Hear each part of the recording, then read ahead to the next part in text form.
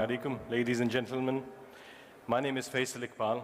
I am the head of innovation for Amazon, Middle East and Africa Public Sector. This presentation that I'm about to give to you today is the most requested presentation from us, from executives around the world. And this is a summarized version, but I'm going to tell you the details of how Amazon sets itself up for innovation. The reason why it's the most requested presentation around the world is that organizations typically don't struggle to hire the best people. Organizations typically don't struggle to buy the best technology. But even though they do that, they often struggle to get the results that they're looking to get. And even in Amazon, when we started in 1994, we started in a shed, in a garage. Now we're 1.6 million people. The thing that caused us to be successful when we first started, our culture, our spirit, our entrepreneurial nature, the thing that allowed us to grow quickly ultimately becomes a reason for success. But that reason for success can ultimately become a reason for failure, because the rapid growth that you have inside your organization causes a threat and a danger, because lots of new people join the organization. People with different mindsets, people with different mentalities. So the biggest challenge that leaders have inside organizations is to create a culture of innovation. Our mission is to be the Earth's most customer-centric company. This is our company mission. But if you look at the mission, you will see no mention of product, no mention of services, no mention of geography. Our mindset, our mentality is that if we're able to do something that is going to disrupt the customer experience for a specific set of customers, really transform the way that they're going to use that product or service, and we're going to be able to do it first, we're going to move in that space. And that's a very empowering feeling for employees to have, that everybody is allowed to come up with ideas that are going to disrupt the market and go ahead and execute it. And we believe innovation starts with the customer and goes backward from there. And you're all probably thinking that this is very obvious, right? Innovation starts from the customer. But often, and this happens a lot, organizations will be focusing on their competitors. Yeah? Organizations will be listening to analysts. Organizations will be watching technology cycles. And these are good things, by the way. I'm not saying they're a bad thing. But truly, if you want to satisfy your customers, you have to understand what is the need of the customer, and then use the technology, and then use the trend, and go ahead and execute. And the reason why we believe that focusing on the customer is the best way to do this, the best way to innovate, is because ultimately, customers are always going to be, as Jeff Bezos says, beautifully, wonderfully dissatisfied, even when they tell you that they're happy. Remember this, even when they tell you they're happy, even when they tell you that their business results are great, customers by their nature always have higher expectations. Customers always want more from you. Customers by their nature, their best experience today becomes their minimum expectation moving forward. Am I correct? Do you agree? And that's why if we're driven to satisfy the needs of the customer, we're always going to be at the edge of innovation. What you see on the screen here now is the simple strategy that Amazon has used from day one and continues to use today to be successful in business. There is no secret here. We call this our growth flywheel. And again, you'll see that it starts with customer experience. We have a relentless focus on customer experience. If you deliver the best customer experience, what will happen is you will get traffic. People will come to you. When you get traffic, sellers will want to be on your platform. When sellers come on your platform, you will get a growth in selection. When you get a growth in selection, what will happen? Better customer experience, right? A simple growth flywheel. An added benefit that you get from that as well is that with more selection, with more sellers, you get a lower cost profile, which you can pass on the lower cost to your customers. And again, better customer experience. As simple as that. That's the secret. Always obsess on customer experience. The one thing that we haven't mentioned on this slide here is that Amazon always goes after what we call a durable need, a need that will exist for a period of time. Because if you're able to innovate and invent and address a need that your customer will have for a long period of time, you will be successful in the long run. And that has been Amazon's secret.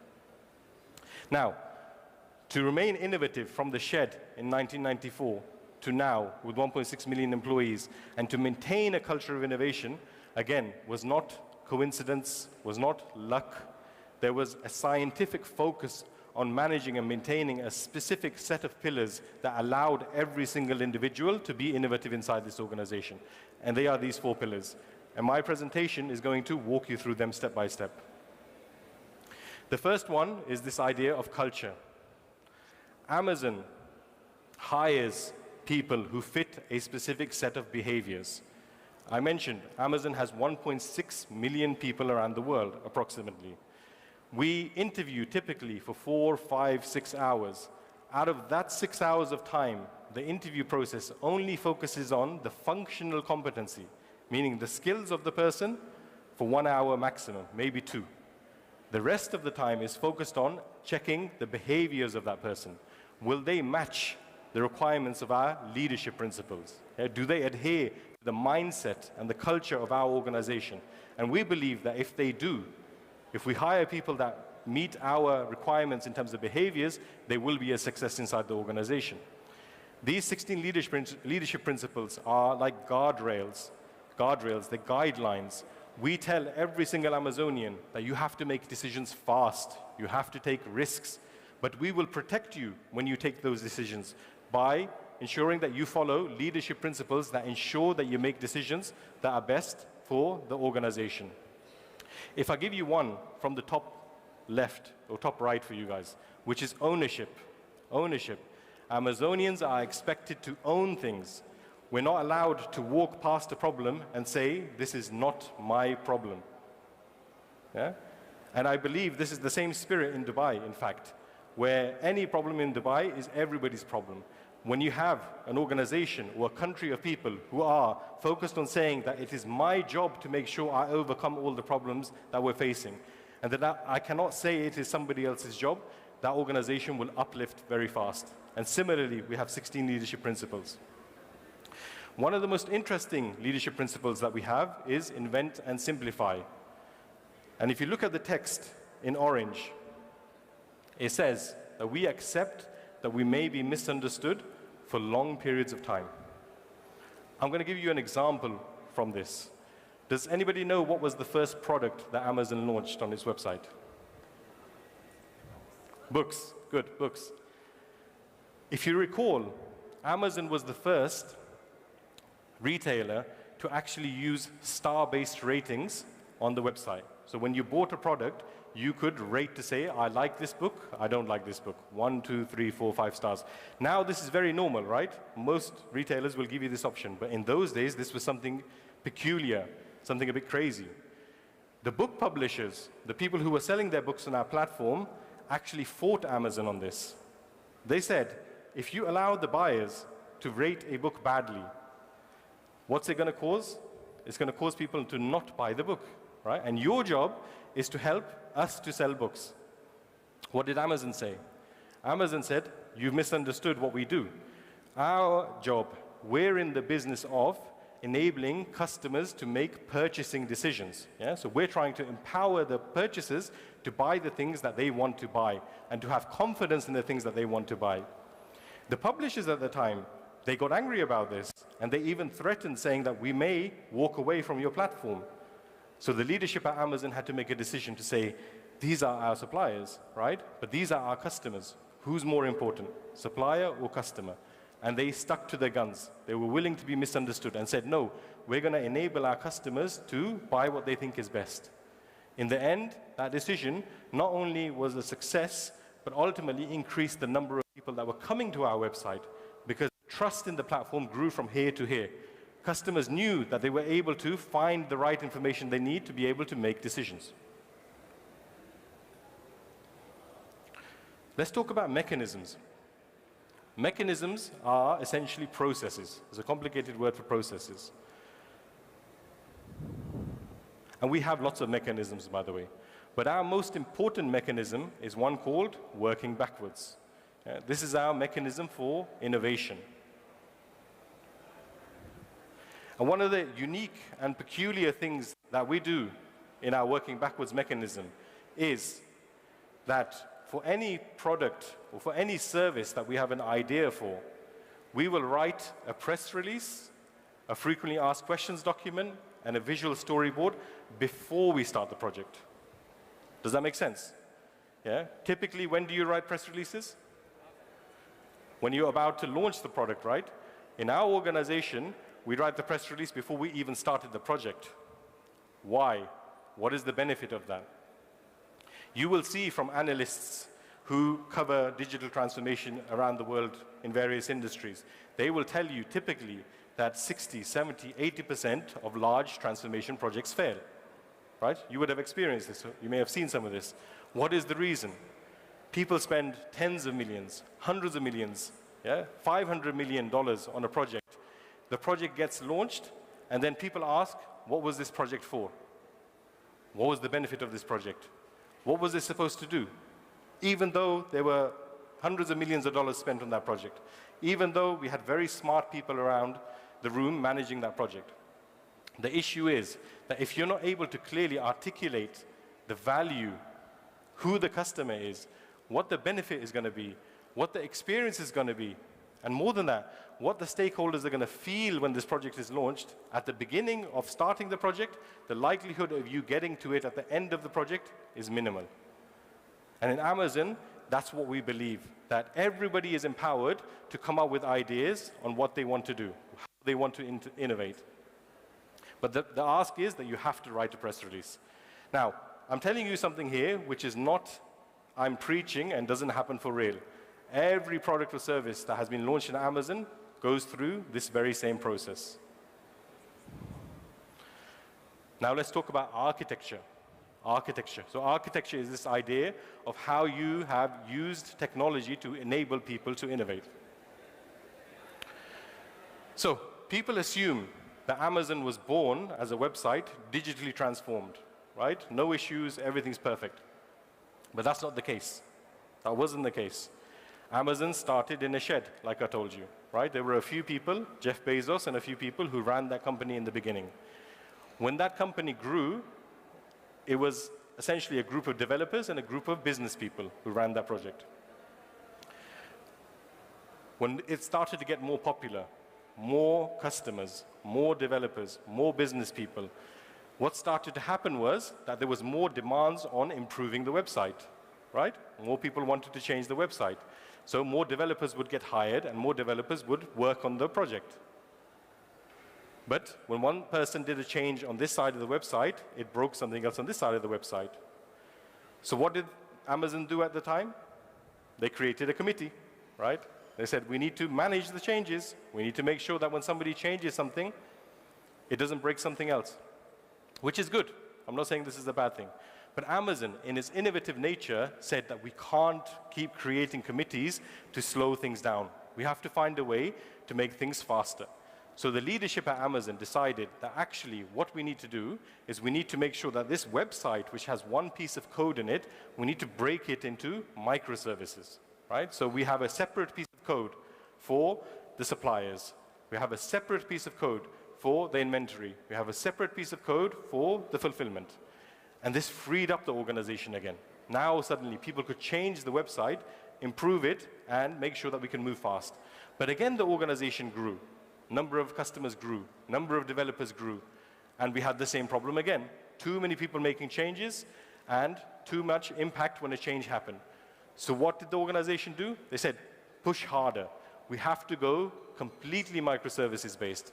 So much so, and I'm sure that you're all Amazon customers here. When you go to the Amazon website now and you see the buy button, the buy button, that in itself is a standalone application. Standalone completely. It's completely independent from the rest of the website. If you change the color of the buy button, nothing will happen to the rest of the website. If you change the behavior, everything will be fine. If you say that one group of people should have a different behavior and another group of people should have a different behavior, absolutely fine. But what's the point? What's the point I'm trying to make? Why is this connected to architecture? Right? Why is this connected to the culture? Organizations now, alhamdulillah, they have leadership that are saying that people are empowered to innovate, which is good, right? Everybody can have ideas, and people have ideas. But when they go to the team to say, I've got an idea, I need to execute this idea, what happens? The team will say that the procurement cycle is 6 months to 12 months. The team will say the cost of implementing this project is going to be multi-million dollars. Yeah? Or they're going to say that the risks associated with this project are going to be too complex, right? So the person who was super excited to want to execute an idea, any enthusiasm that that person had, you killed it immediately. You killed it. So now what's going to happen? Even though leadership at the top are saying that it's okay, you can innovate, the practical reality on the ground is people are being blocked from innovating. And innovation is not complicated. It is very, very, very simple. You need, on one hand, lots of people having lots of ideas, and on the other hand, you need people to help them to execute those ideas fast, try it out, see if it works. If it works, scale it. If it doesn't work, throw it away without impact. That's innovation. And unfortunately, in this day and age, a lot of organizations have addressed the first one, which is allowing people to think, but they haven't addressed the second one, which is that you need to empower people to be able to experiment fast, fast, fast, extremely fast. And if you don't do that, you're going to kill the morale inside the organization. Now, the next one, organization. How do you set yourself up as an organization for innovation? Amazon believes in this mentality of having 2 pizza teams. 2 pizza teams. This is this idea that a team should be no bigger than the amount of people that can eat 2 pizzas, right? This is obviously a principle. I think I can eat 2 pizzas by myself, right? So my team would be very small. What we're meaning here is that no team should be bigger than 6 to 8 people. Why? Why is that the case? Because as the team gets bigger, the amount of communication that you have to do to ensure that everybody aligned gets much, much more complicated. Am I correct? Yes? It's a big challenge. So our philosophy is that you should have teams of people who are no more than 6 to 8 people inside the organization. More than that, more important than that, the team who builds something should own that thing when it goes live as well. Yeah? Teams should own and build things, because what happens inside organizations is that one team will go ahead and build something, and they will hand it over to another group of people and say, you run it, you manage it. And if things don't work, they will blame each other. They will say that it's your fault, yeah, we did our job in building it, and we gave it to you, you can't manage it. And the people who are managing will say, it's your fault, yeah, because you built it badly. In Amazon, we don't allow for this type of blame game. If you have an idea, good. You have to build it, you have to run it, and you have to make it a success. So no excuses. Small team, focused on what you're doing. And again, something which is extremely important in our organization. We believe in this concept of having single-threaded leaders. Single-threaded leaders. What do we mean by this? An organization has lots of people. Sometimes inside organizations, you'll speak to a senior leader, and they will say that I have 10 strategic objectives which I'm managing, right? In Amazon, our philosophy is that if you've got 10 strategic objectives to deliver, realistically, how much are you going to be able to focus on each one and make sure it's a success? So Amazon says that make sure that each person, each leader, each team only has one strategic focus. That's their purpose. That's their mission. Think like a startup organization. Even in a big corporate, you're only focused on this area here, right? So now Amazon, 1.6 million people, yeah, our corporate structure would be very complicated, you would imagine, right? But actually, it's very simple. We're an organization of 160,000 startups. Does that make sense? Yeah? Because we have 160,000 groups of 10 people inside the team. That's how we make 1.6 million people. So if I give you an example, when I was hired into my role as the head of innovation for Middle East and Africa, I have a manager, of course. Yeah? I report to the manager. But the manager didn't say to me, here's what you need to do. Yeah? The manager said, here are your objectives, and go work it out. Go work it out. I have peers in other parts of the world. who do the same thing that I do. But nobody told me that I had to do what they were doing. Because my region is different, because my challenges are different, because my opportunities are different. So in this idea of having ownership and accountability and building and running what you build, ultimately I get told that these are my objectives, and then in the end, it's my job to build my strategy and to execute my strategy. And that's how you create an organization of people who are truly empowered to innovate. Truly empowered to innovate. Now we're closing the conversation now. We're getting to the end of the presentation. I'm going to make a very, very important point here now, which is failure and invention are inseparable twins. I'm going to say it again. Failure and invention are inseparable twins. Yeah? And I'm going to give you the bad example of how we normally see this. I've been a consultant doing digital transformation for many years now. I have been invited into many C-level boardrooms in front of people, and they'll say that we're really struggling in the market now. We need to do something around innovation, right? We need a very special idea that's going to save us from failure, right? Our business is dropping immediately. We were the incumbent. Now we're losing customers. Come and help us to do something completely differently. The problem is, it's already too late. It's already too late, yeah? Because innovation is not some sort of magic which just happens and you solve your problem. Innovation is a culture. It has to bleed, it has to live, it has to breathe inside your organization, end to end, top to bottom, left to right. And as I mentioned, innovation is people, lots of people trying lots of things, lots of people building lots of things. And some of them will be successful, some of them will be not. But if you wake up one day and say that now we're going to start to innovate, it's already too late. So we have to have this culture inside our organization where people are empowered to continuously experiment again and again and again. And more importantly than that, if you're going to say to people that they're allowed to experiment, if you're going to punish them because they fail, then you don't have a culture of innovation, which too often is the reality inside organizations. People will say you're allowed to innovate, but if you make a mistake, you're the first one on the firing list. Off you go. That's not the case. That can't be the case. You have to reward experimentation. You have to show people that they're allowed to push the boundaries, that they're allowed to take risks within limits and within reasons. And more than that, as long as that they demonstrate that if they take a risk and if they experiment, even if it failed, they took something from it, and improved the next iteration and made something better. That should be rewarded and awarded to create the culture that you're looking to create. Now, this is a Government of Dubai-led workshop today. And I'm sure a number of people are thinking that, but you're Amazon, you're private sector, you guys have no constraints. Government is different. We have bureaucracy, we have challenges, we have a hierarchy, we have structure. I'm going to say two things to you. First, innovation happens when there is constraint. Does that make sense?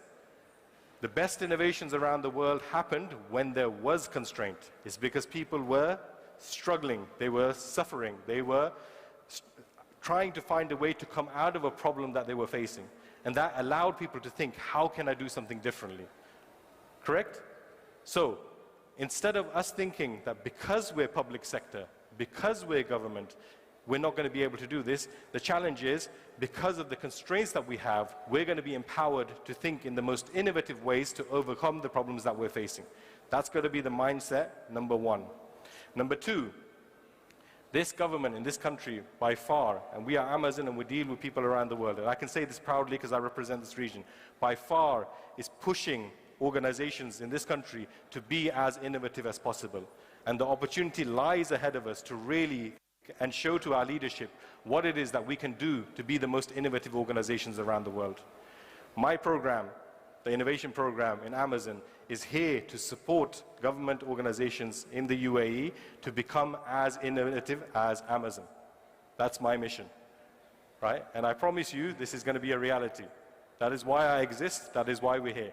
Everything you heard today can exist inside your organization. It requires us to have a vision, it requires us to have a path, it requires us to be purposeful and intentional about wanting to create an organization like that.